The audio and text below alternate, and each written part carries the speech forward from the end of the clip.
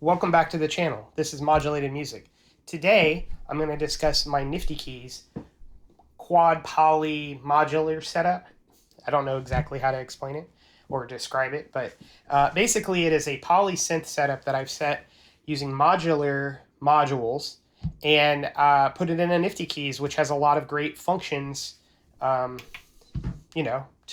play. So it makes my modular a very playable polysynth. So first we're going to start talking about the modules I have in here, and we're going to go left to right. So in the first slot here, I've got a Noise Engineering Lapsus Os. This is a CV attenuator. If nothing is patched in, it actually normalizes outputs to like CV voltage to control things. It can also attenuate. It can add voltage to the signal as well, which is actually how I've got it set up in this first slider here, which the first slider controls my filter. The second slider, or it's actually labeled number 3 upside down here, that actually controls a process CV for the Quadnic. The third slider over has my attack for all 4 voices, and the fourth slider over has the decay for all 4 voices. And the filter is actually affected by the LFO on the NiftyKeyz. So if I turn the LFO up, you can actually see it affecting my filter. Maybe you can see it. You can kind of see it, the light changing there. Anyway, you'll be able to hear it once we get into some sound examples. The second module I have is my Studio Electronics Quadnic, and it is the voice module for all 4 voices. So I've got the CV 1, 2, 3, 4 from the keyboard going into CV 1, 2, 3, 4 inputs on the bottom of the module here. And the outputs are going to the Mordax data for tuning, as well as to give you this pretty graphic here that you can see. And then going over to the right, we have a Sputnik modular quad function trigger and source, or quad function and trigger source, and it's basically my envelope generator. It's taking gates from oscillator 1, 2, 3, and 4, so gate 1, 2, 3, 4 from here, going into the pulse input. I've got it set to sustain mode, so hopefully you'll hear this. As long as I hold the key, it'll stay on.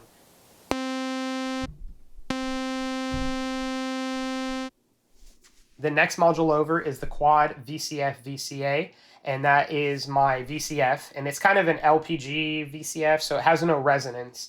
And if you'll notice, I actually have all of these knobs turned all the way over to the left, which is to 0, because I'm controlling all that stuff with the CV. So I've got the filter control for all 4 of these. As you can see, I have a bunch of multiples. I have it on slider 1 here. Now, the mutable instrument Vels V1, this is my VCA for all 4 channels, and I have my oscillator outputs from the Mordax data going into the input, and then they're all being CV controlled from the quad function and trigger source. That's what these cables here are. And then the outputs from the VCA are going into the VCF, and then the VCF has a mix output. It just says all over here, and that is what's going to in left on my beads. And then I have a stereo output left and right going to out 1 and out 2 on my keyboard, and I have the main volume about halfway right now, and that's going to a mixer, which is going straight into my camera, so hopefully the audio is working right.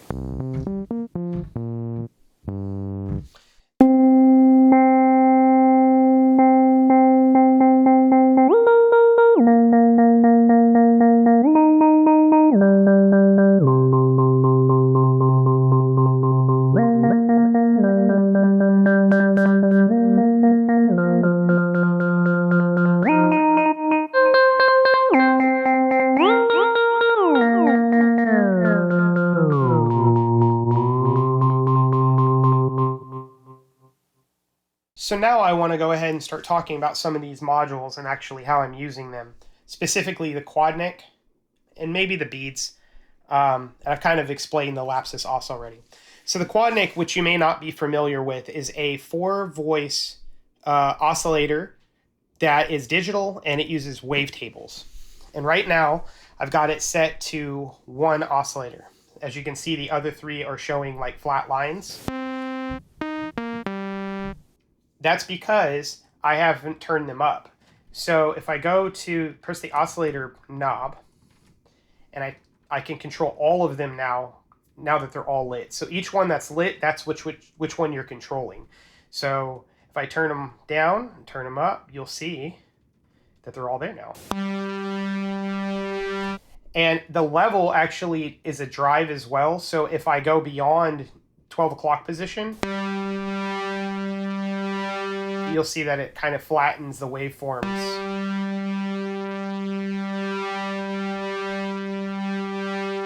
It overdrives them. I'm going to leave it at noon or just below noon for this demonstration.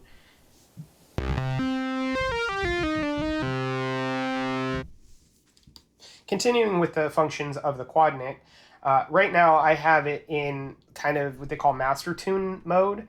So if I put it into poly, so I go to function and go to 4 voices, and I can control each oscillator independently. But if I turn it into this other mode where the light is not flashing,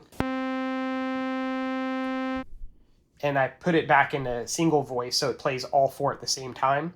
So we'll go to 1 voice.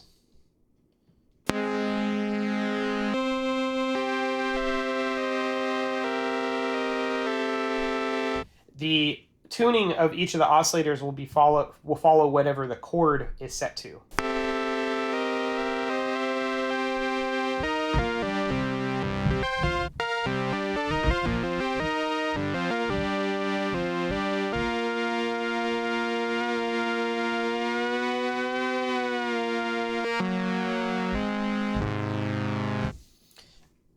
Let's put it back into master tuning mode.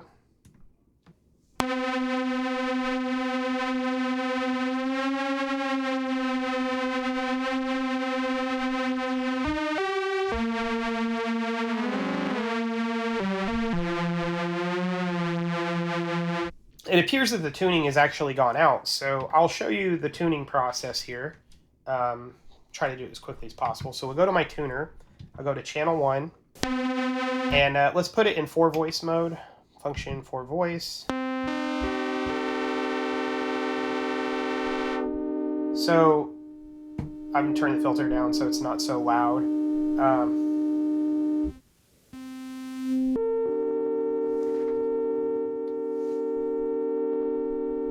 So now I've got it on oscillator 1, and I can actually adjust the tuning, the fine tuning with this little knob here. So let's get that to C4. Oscillator 2, switch to channel 2. That should be E.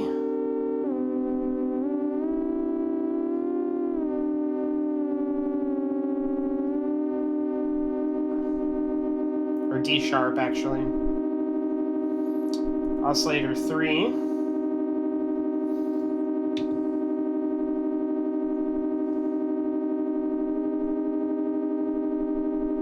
And oscillator 4 is the culprit, I believe. Yeah.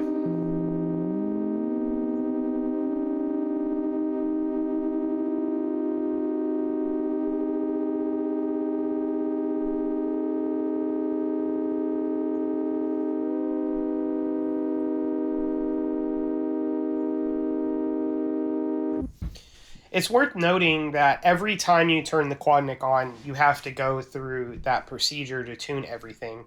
So that's one of the downsides of it. It is a little bit easier because you can do control all where all the lights are lit by tapping that oscillator button.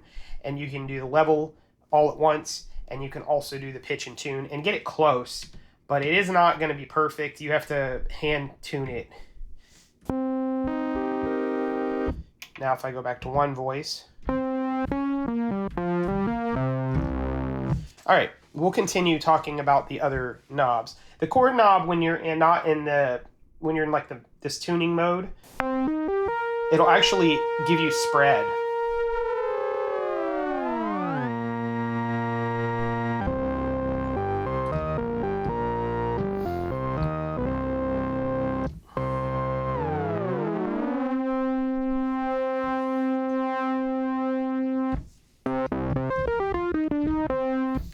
Then The next knob over is your wave, and that actually goes through the waves within the wavetable. It has like 4 wavetables. I'm going to quickly go through all of them. So we'll go to wave bank 1, and we're going to start on wave 1, and I'm just going to kind of cycle through them all.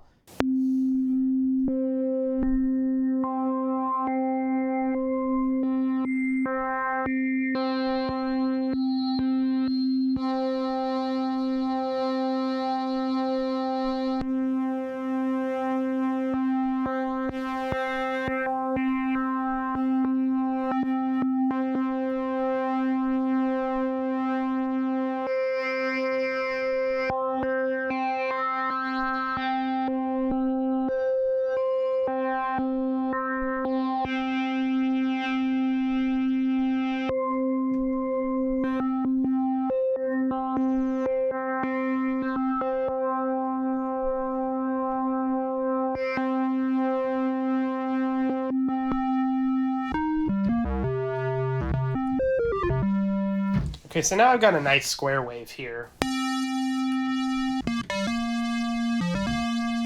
And what I'm going to do is I'm going to show you the different process modes. So we'll start with the process kind of near the middle, near noon, because that's like 0 or close to 0. And right now we're on none. I'm going to go to 2 times add on my process mode, which is an additive process. So you can see that it's actually added 1 square wave on top of another. And then if you affect the process knob, it'll give you different amounts. And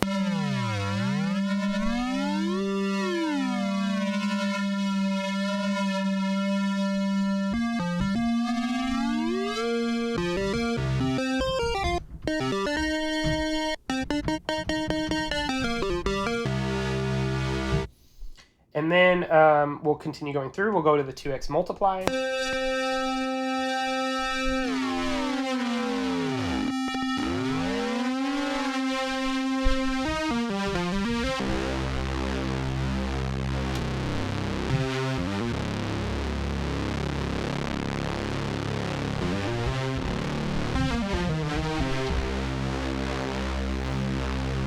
And then we'll go to the pulse width modulation 1.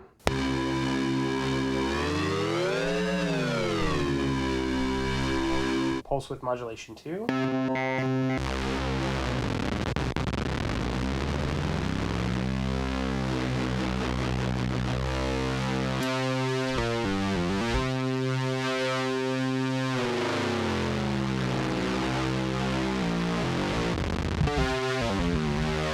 And then the next one is wave sequence, which cycles through the different waves in the wavetable. And the process knob affects the speed.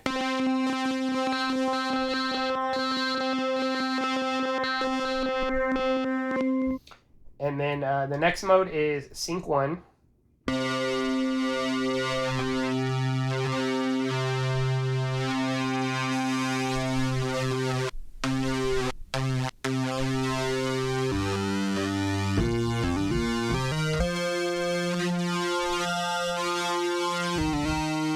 And the next one is sync 2.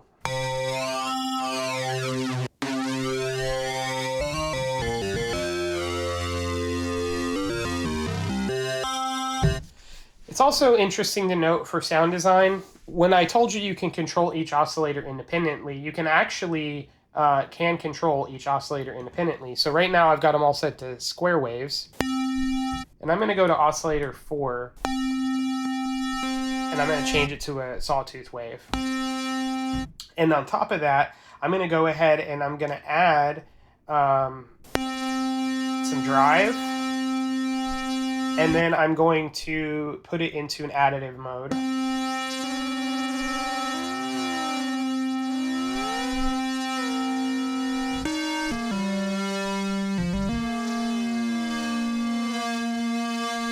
And hopefully you can see here that only oscillator 4 is getting processed, but you can go through each oscillator and process them differently.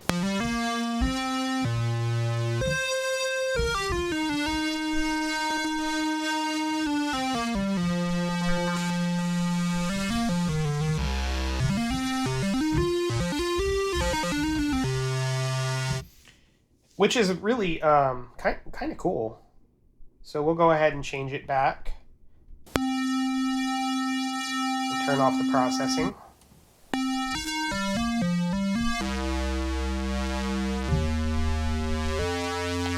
And then I wanted to show how I'm using the process CV input. So it's being affected by the LFO, which right now the LFO is not sending out the top. But if I turn this knob down, you can kind of hear it.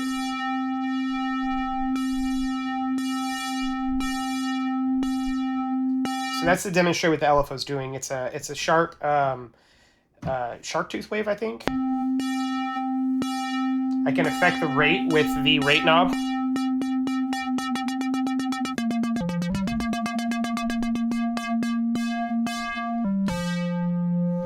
And so let me turn the filter back open.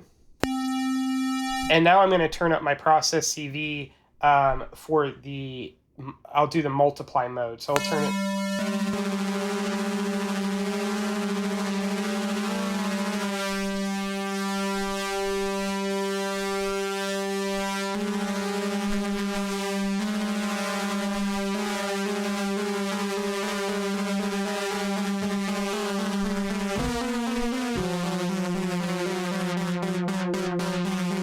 The only problem with the way I have it patched is the filter, once I start lowering the value, will also be affected by the LFO. So if the filter's all the way open, you can use that process CV input.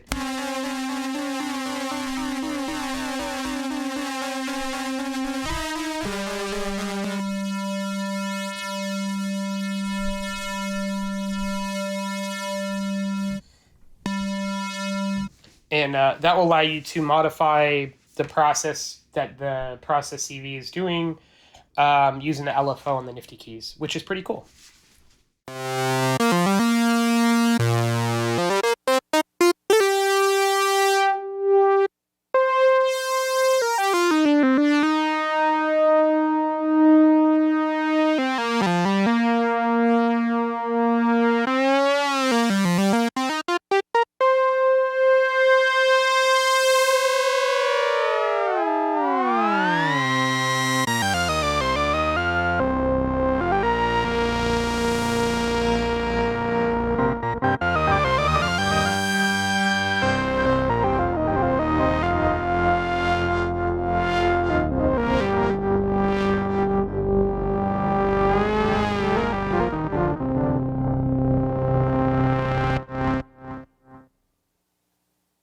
Now I want to cover what I've got going on with the beads. I'm basically using the beads as a simple delay and reverb here, but I wanted to explain how I'm doing that in case you didn't understand how that part worked. So let me make sure that I'm in one voice mode for now. All right. Now if I turn my mix knob up, you're going to hear that I have a delay.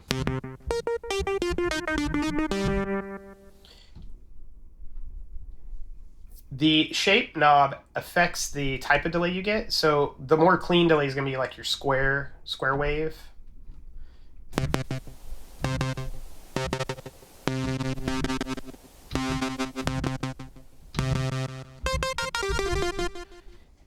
If you turn the size knob to infinity, you're going to basically get a delay, and the green knob is your feedback.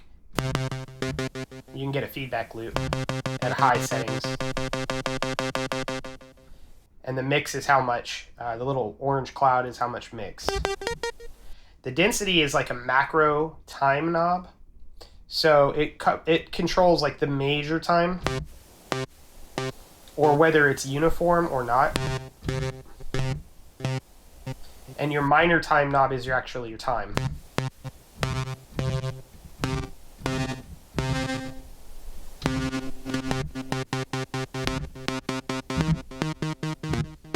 So you can get like patterns by turning this clockwise. You can get an even uniform delay if you turn it counterclockwise.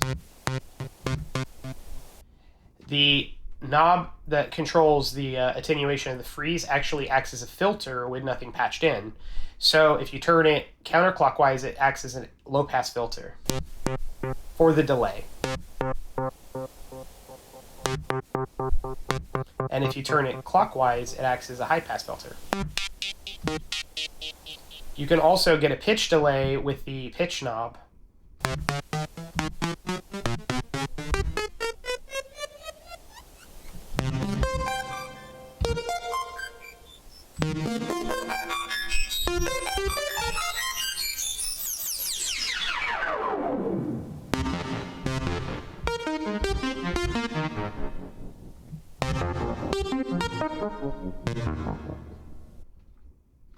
If you turn it in the center,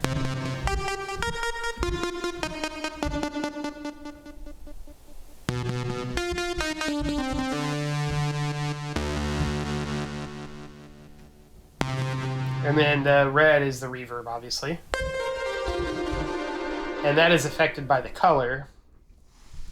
So if you want to get like a, you're going to get the cleanest delay with the white. The blue, green, I kind of think it is kind of like a cool-ish delay. So if I put a little bit of low-pass filter on there, put a little bit of reverb on there.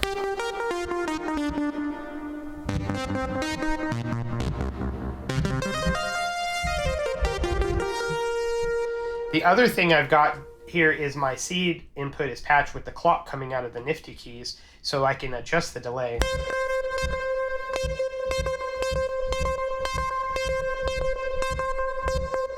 By adjusting the rate on the clock. The yellow color delay adds a little bit of noise, and it gives you a little bit more ambient reverb, I think. Increase my, let's try a different wave, a little bit softer.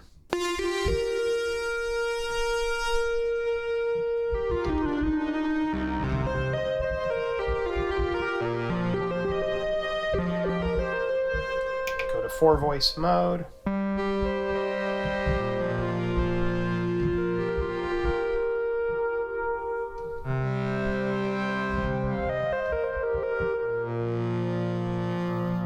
And the red mode is actually kind of like their lo-fi delay, and it adds a lot of noise into the sound.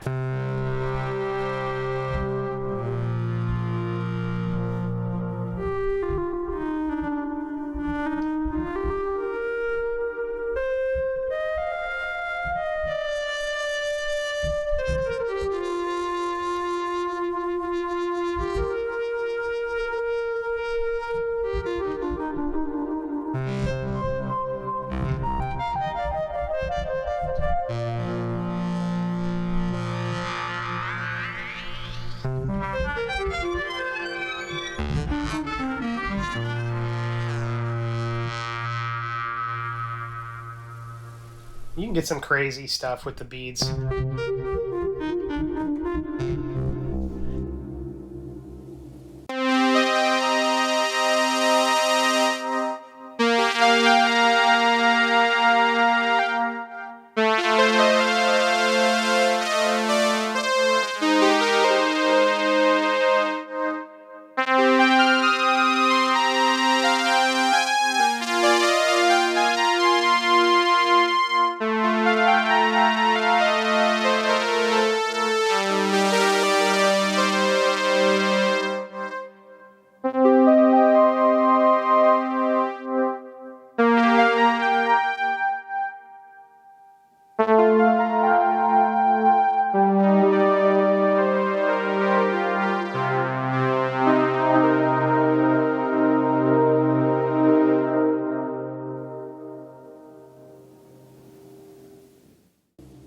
All right, I want to talk about the different voice modes on the NiftyKeyz.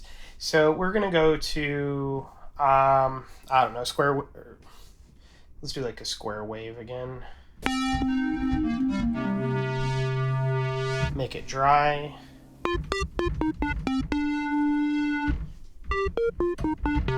All right, so in one voice mode, all 4 of your oscillators are going to play at the same time. It's going to send gates out of all 4 gates and the same pitch out of all 4 CVs.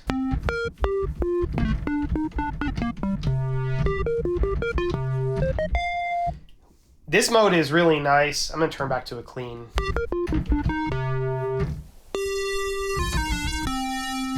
So this mode is really nice if you're going to take it out of master tune on the Quadnic.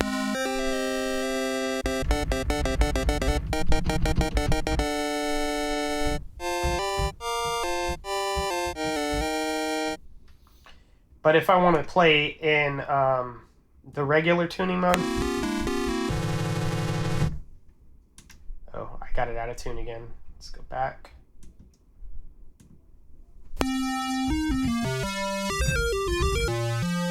I kind of locked the tuning in a different position.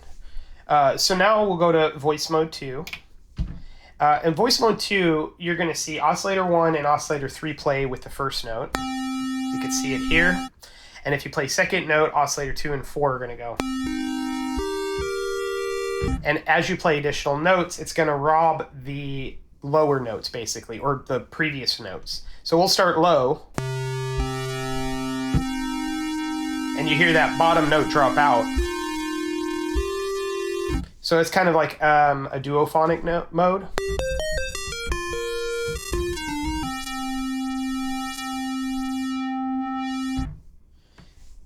And we'll go to voice mode 3 real quick, and I'll explain what goes on with that. With voice mode 3, when you play the first note, which is going to be, let's say, C, you'll notice that the first and the fourth voice turn on. And as you add additional notes, it's going to add 1 oscillator per note, so up to 3 voices. So the second note will add the second oscillator, the third note will add the third oscillator.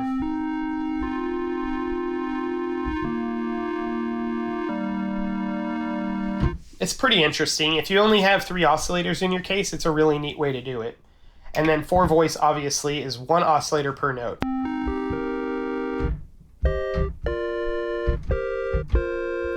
And what's really cool with this case is when you use the 4 voice mode, if you have 4 oscillators, you can do function learn for your auto chord, and then play a chord, and then function, and then turn on auto chord, and it will play a chord 1 note.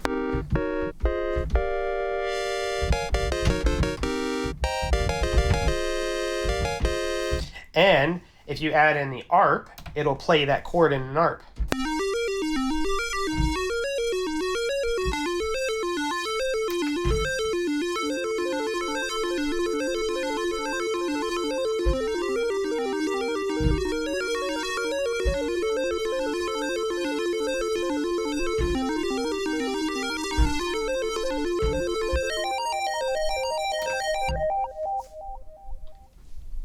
And it's very quickly can get into some jamming territory.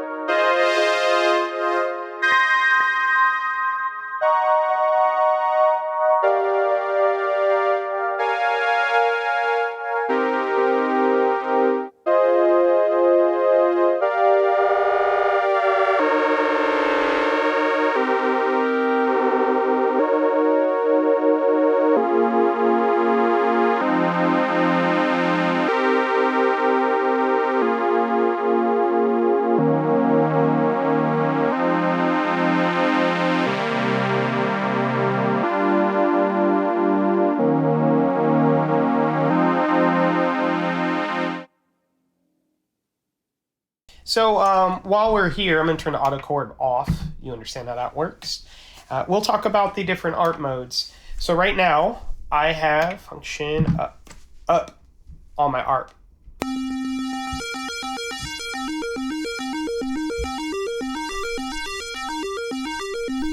And then there is a down mode.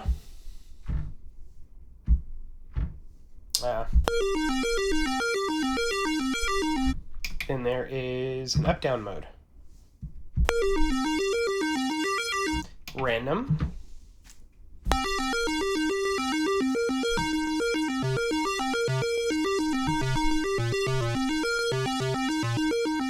And the most interesting probably is sequencer mode. So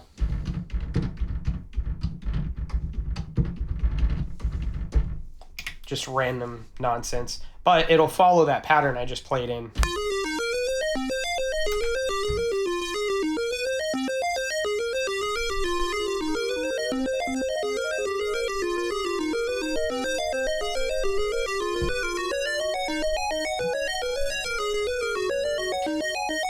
And And as you play different notes, it'll transpose it.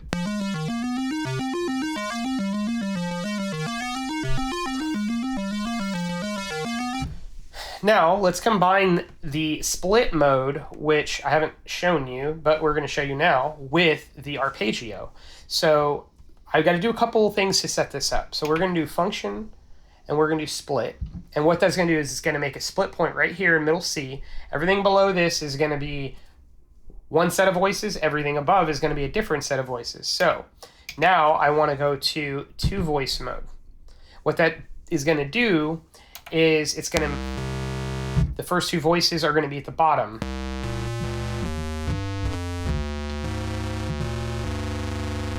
As you see, only the first 2 oscillators are activating. And then above the split point,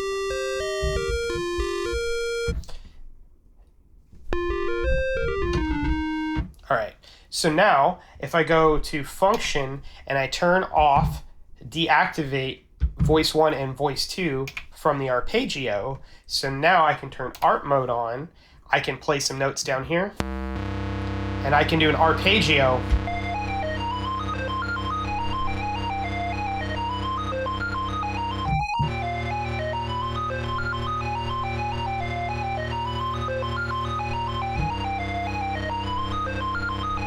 And then you can latch it.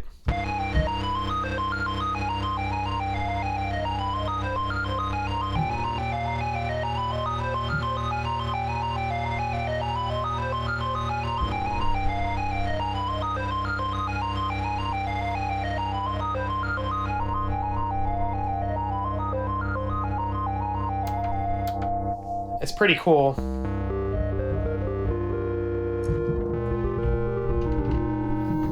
What's really interesting about this mode is with the Quadnic, since you can process each of the oscillators separately, I can make oscillator 3 and 4 completely different than oscillators 1 and 2. So I can do, let's go ahead and put them all. Sawtooth wave. Then I'm going to go to oscillator 3, and I'm going to change it to square. Oscillator 4, change it also to square.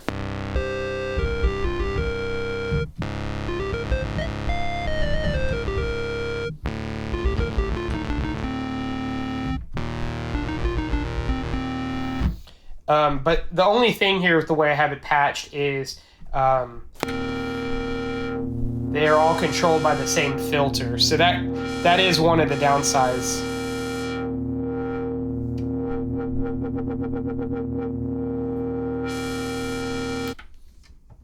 But it does make some interesting experimentation if you put it in 1-voice mode. I've got 2 square waves and 2 saws.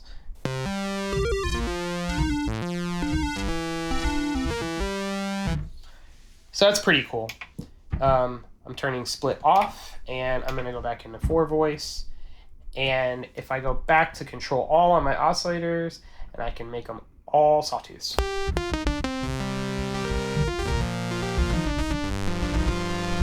And since you can process using the process CV for all the different voices, it can make some interesting things you can do there. The glide works with a single voice mode. If you put it on 1-voice mode.